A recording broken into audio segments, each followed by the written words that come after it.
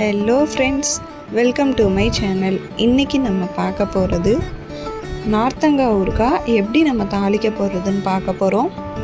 This video sponsored by EduQuest. The struggle to find courses that truly speak your language, it's finally over. Welcome to EduQuest, where learning is made just for you.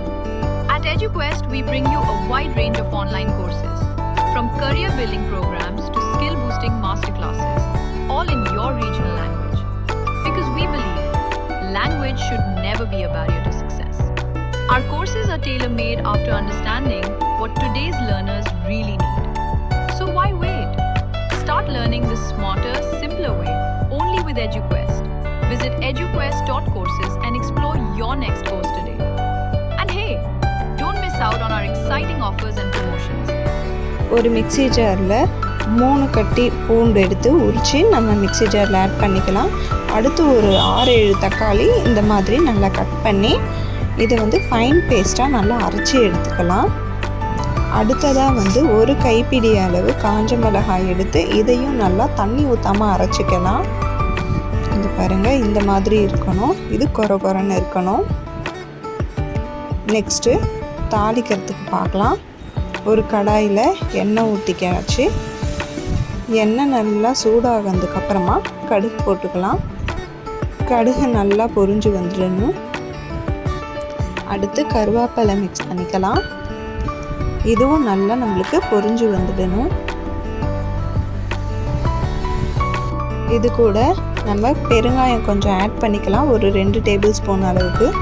அடுத்ததாக நம்ம அரைச்சி வச்ச தக்காளி பூண்டு இருக்குது இல்லைங்களா, அதுவும் நம்ம ஆட் பண்ணி இந்த மாதிரி கிளறி விட்டுடலாம். இது நல்லா எண்ணெய் பிரிஞ்சு வரணும். அதுக்கப்புறமா நம்ம இந்த மிளகாய் அரைச்சிருந்தோம் இல்லையா, அதை நம்ம சேர்த்துக்கலாம். சேர்த்து இதுவும் கொஞ்சம் நல்லா ட்ரையாக நல்லா எண்ணெய் திரண்டு நல்லா மிதக்கி வரணும். இது கூட மிளகாய்த்தூள் 2 ஸ்பூன் சேர்த்துருக்குறோம். இந்த மிளகாய்த்தூள் கொஞ்சம் காரம் உங்களுக்கு எவ்வளோ வேணுமோ அந்த அளவுக்கு நீங்கள் காரத்துக்கு தகுந்த மாதிரி சேர்த்துக்கலாம். இப்போ இதில் நல்லா எண்ணெய் திரண்டு வந்துடுச்சு பாருங்கள். இது கூட நம்ம நார்த்தங்காய் ஊறுகாய் இருக்கு இல்லையா, அதை நம்ம சேர்த்துக்கலாம். சேர்த்து இந்த மாதிரி எல்லாத்தையும் ஒன்றா மிக்ஸ் பண்ணிக்கலாம்.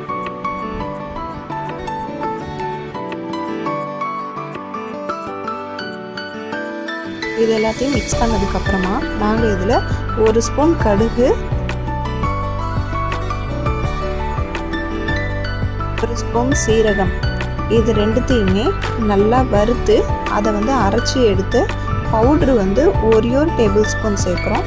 இது லாஸ்ட்டாக நம்ம ஃபைனலாக நம்ம இறக்க போகிற நேரத்தில் இதை நம்ம சேர்க்கணும். அப்போ தான் இதோட ஃப்ளேவர் நல்லாயிருக்கும். இது ரொம்ப கம்மியாக ஆட் பண்ணிக்கோங்க.